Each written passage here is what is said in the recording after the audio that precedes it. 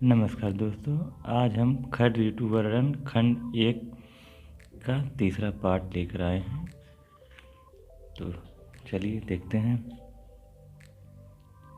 आई शरद ऋतु अधिक प्यारी, नव कुंवार कार्तिक उजियारी। पद्मावती भय पुनीव कला, 14 चाँद उए सिंघला। 16 करा सिंगार बतावा, नख तन भरे सूरज शशि पावा। भाव निर्मल सब धरनी आकाशु, सेज सांवर किन फूलडासु। श्वेत बिछावन अव उजियारी, हंसी हंसी मिली पुरुष सब अव नारी। सोने फूल परिथिमी फूली, पीऊ धनि सो धनि पीऊ सो भूली।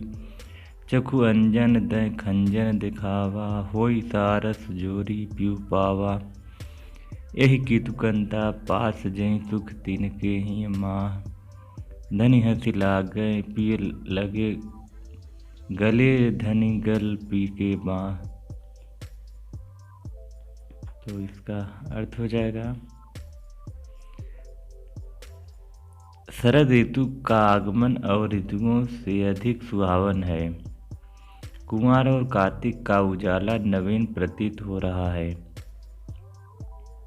पद्मावती के मुख का सौंदर्य पूर्णमासी के चंद्रमा के समान सुखद और शीतल है।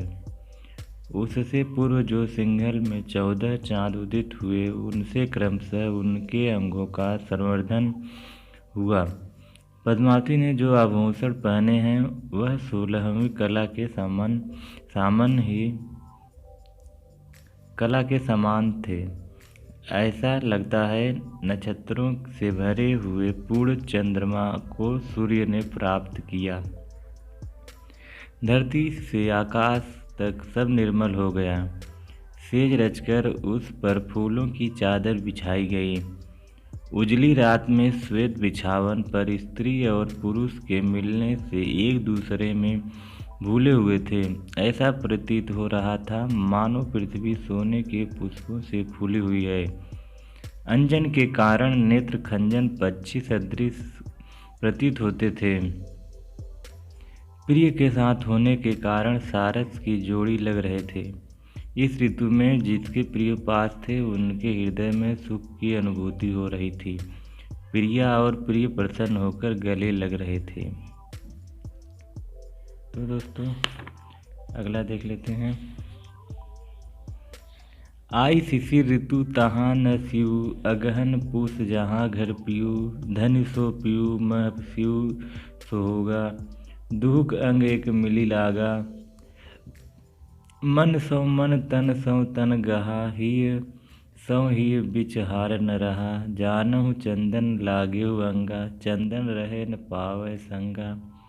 भोग करहि सुख राजा रानी, उन्ह लेखें सब सृष्टि जुड़ानी। जूझें दुह जोबन सौ लागा, बिच हुत सिउ जीव लय भागा।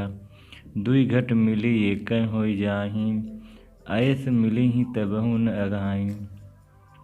हंसा केली करहि जेहु सरवर, कुंदली कुदरदहि दोउ। शिव पुकारै ढाढ़भा, जस चकई के बिछोऊ। तो इसका भाव देख लेते हैं।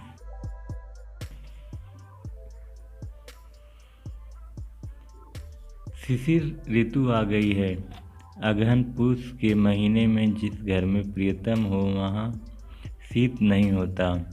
प्रिया और प्रियतम के बीच में शीत ऋतु सुहागे के समान है। मन से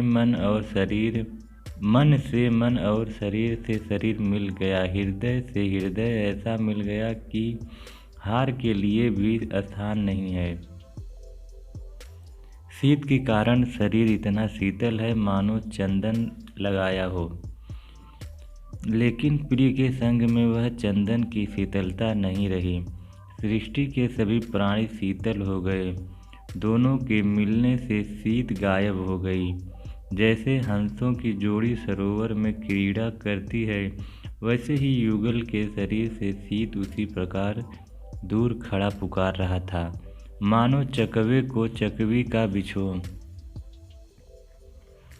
तो दोस्तों अगला देख लेते हैं। ऋतु हेमंत संग प्यून पाला, माघ फागुन सुख शिव सियाला। सौर सुपेती मह दिन राति, दगल चीर पहिरहीं बहुभांति। घर घर सिंगल होऊ सुख भोगू, रहा न कतहूँ दुख कर खाजू।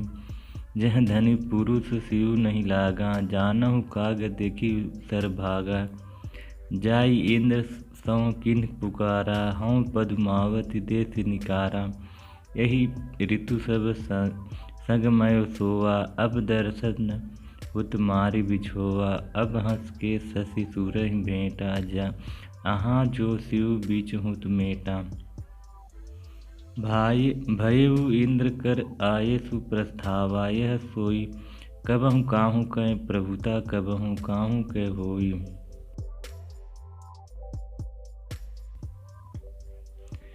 तो इसका भाव देख लेते हैं। हेमंत ऋतु में प्रिय के साथ पाला नहीं लगता। माघ फागुन के शीत समय में शीत भी सुखकर है। पति और पत्नी बहुत प्रकार के दगले और चीर पहनते हैं। सिंघल द्वीप में घर घर सुख भोग होने लगा है, कहीं भी दुख का निशान नहीं है। जहाँ पति और पत्नी साथ हैं, वहाँ हेमंत ऋतु की हाड़ कंपाने वाली शीतलता वहाँ से ऐसे भागता है जैसे कौवा बाण लेकर भागा हो। शीत ने जाकर इंद्र से पुकार किया कि पद्मावती ने मुझे देश निकाला दे दिया है। इस ऋतु में मैं सदा पद्मावती संग रहता था, लेकिन वह मुझे उसका दर्शन भी नहीं होता।